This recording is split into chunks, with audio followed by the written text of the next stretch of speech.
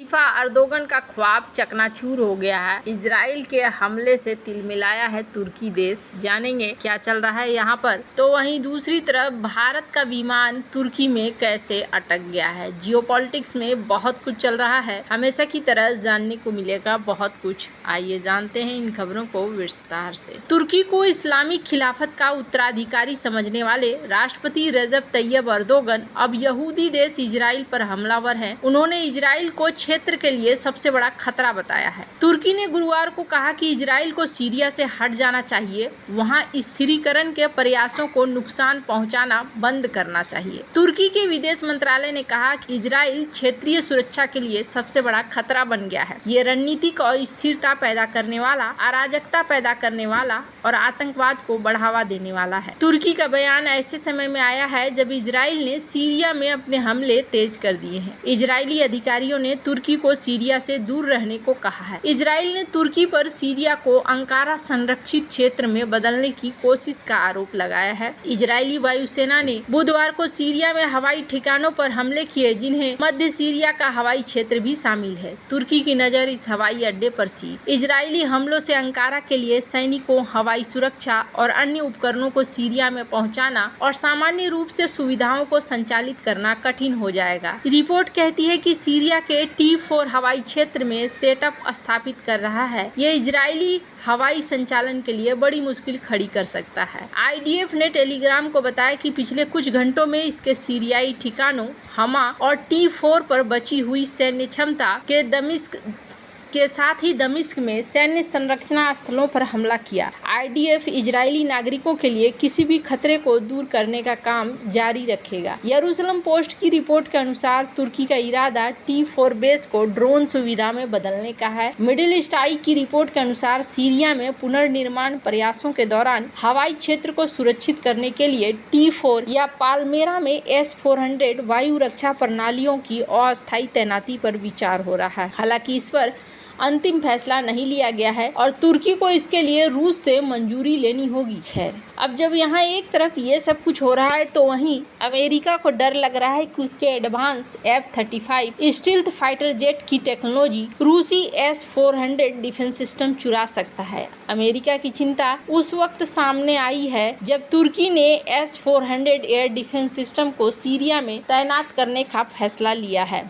दरअसल तुर्की ने मध्य सीरिया में T4 एयरबेस पर नियंत्रण स्थापित करने के लिए सबसे एडवांस एयर डिफेंस सिस्टम और ड्रोनों की तैनाती की योजना बनाई है। इस हफ्ते रिपोर्ट आई है कि तुर्की सीरिया में अपनी सैन्य और मजबूती और बढ़ाने के लिए हिसार एयर डिफेंस सिस्टम को तैनात करने की योजना बना रहा है। तुर्की की कोशिश सीरिया की नई सरकार की रक्षा करने के साथ साथ इस्लामिक स्टेट के आतंकियों को रोकना है। लेकिन अगर तुर्की ऐसा करता है तो इससे मिडिल ईस्ट में अमेरिका के हितों को नुकसान पहुंचने की संभावना है। T4 एयरबेस पर पिछले कुछ दिनों में हमला करने की कोशिश हुई थी, लिहाजा तुर्की यहां सुरक्षा को बढ़ाना चाहता है। ये एयरबेस तुर्की की सीमा से करीब 140 मील दक्षिण में और तुर्की और इजराइल के बीच में है। सीरिया के हवाई क्षेत्र को यहां से काफी आसानी से कंट्रोल किया जा सकता है। मिडिल ईस्ट आई ने सूत्रों के हवाले से कहा कि तुर्की यहां हिसार सिस्टम के साथ साथ S-400 की तैनाती कर सकता है।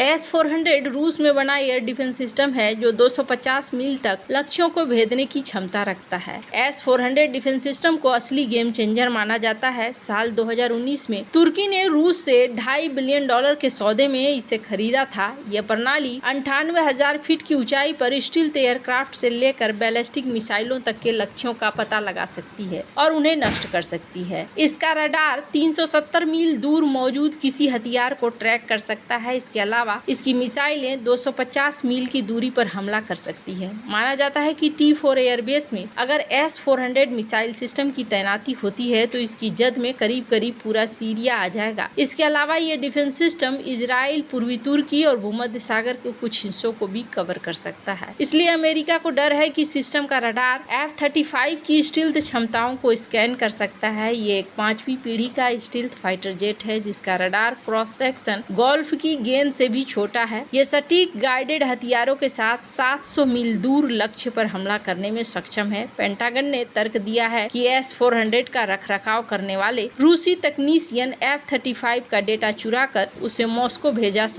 सकता है। तुर्की पहले भी S-400 को नाटो नेटवर्क से अलग रखने से इनकार कर चुका है और अब अगर सीरिया में S-400 की तैनाती होती है तो अमेरिका के लिए ये एक बहुत बड़ा झटका होगा। आपको बता दें, अमेरिका पूर्वी सीरिया में अपनी उपस्थिति बनाए हुए है, जहां लगभग 900 सैनिकों के साथ मिलकर वो ISIS का मुकाबला कर रहा है। इजराइल F-35 से ही सीरिया में हमले करता है। ऐसे में अमेरिका का डर बढ़ता जा रहा है। उन्हें डर है कि ऐसे ही किसी ऑपरेशन में अमेरिकी फाइटर जेट की टेक्नोलॉजी चोरी हो सकती है। खैर, अब इन सब के बीच में एक और घटना तुर्की के अंदर में हो गई है, जिसे कहा जा रहा है कि ये भारत के लिए एक अजीब सी स्थिति आ रही है। भारत को इस मामले में ध्यान देने की जरूरत है। दरअसल मामला क्या है कि मामला ये है जिसमें बताया जा रहा है कि 250 से अधिक भारतीय यात्री तुर्की के दियारबाकिर हवाई अड्डे पर 30 घंटे से अधिक समय से फंसे हुए हैं। ये स्थिति तब उत्पन्न हुई है जब वर्जिन अटलांटिक की एक मुंबई बाउंड फ्लाइट को बुधवार सुबह एक मेडिकल इमरजेंसी के कारण तुर्की में आपातकालीन लैंडिंग करनी पड़ी। कहा जा रहा है वर्जिन अटलांटिक की फ्लाइट VS 1358 जो लंदन के हीथ्रो हवाई अड्डे से मुंबई के लिए रवाना हुई थी, इसको एक मेडिकल इमरजेंसी के कारण दियारबाकिर हवाई अड्डे पर आपातकालीन लैंडिंग करनी पड़ी। यह हवाई अड्डा दक्षिण पूर्वी तुर्की में एक छोटा सा सैन्य हवाई अड्डा है, जहां सीमित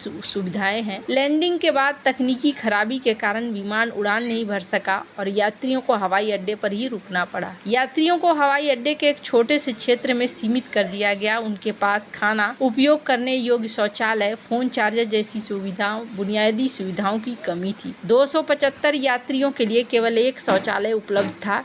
आम आदमी पार्टी के नेता ने इसकी शिकायत भी करी और कहा कि इस तरीके की स्थिति है। वर्जिन अटलांटिक ने कहा कि टेक्निकल मंजूरी मिलने के बाद फ्लाइट 4 अप्रैल को स्थानीय समय अनुसार दोपहर 12 बजे मुंबई के लिए रवाना होगी। अगर मंजूरी नहीं मिलती है तो यात्रियों को बस के जरिए किसी अन्य हवाई अड्डे पर ले जाकर दूसरा विमान उपलब्ध कराया जाएगा। इसी बीच यात्रियों को रात के लिए होटल और रिफ्रेशमेंट की व्यवस्था कर दी गई। ये घटना यात्रियों के लिए एक कठिन अनुभव रही, क्योंकि दियारबाकिर हवाई अड्डा एक सैन्य अड्डा है जहां दुकानें, लाउंज या अन्य सुविधाएं नहीं है। इस घटना ने एयरलाइन की आपातकालीन प्रबंधन क्षमता और छोटे हवाई अड्डों पर अंतर्राष्ट्रीय उड़ानों को संभालने की तैयारी पर भी सवाल खड़ा करता है। इससे पहले भी 2022 में इस्तांबुल हवाई अड्डे पर भारतीय यात्री फंस चुके थे और वहां पर स्थिति अजीब सी बनी थी। यात्रियों को बिना होटल, लाउंज या सामान तक पहुंच के हवाई अड्डे पर छोड़ दिया गया था। सोशल मीडिया पर इस चीज को लेकर कहा भी गया था कि उस समय यात्रियों को भोजन, पानी, बुनियादी सुविधाओं की कमी का सामना करना पड़ा था। इस घटना ने अंतर्राष्ट्रीय उड़ानों में आपातकालीन प्रबंधन और यात्रियों के अधिकारों पर बहस भी छेड़ दी थी। खैर, अभी अगर तुर्की की बात करें ना, तो तुर्की चौतरफा परेशान है और इसलिए भी परेशान है क्योंकि उसके देश के अंदर भी प्रोटेस्ट चल रहा है और न सिर्फ प्रोटेस्ट बल्कि यहाँ पर कई सारी घटनाएं देखने को मिल रही है। आपको क्या लगता है इन सब मामले में, आपकी क्या राय है? कमेंट कर जरूर बताएं। जल्द मिलते हैं अगले वीडियो में नई खबर के साथ।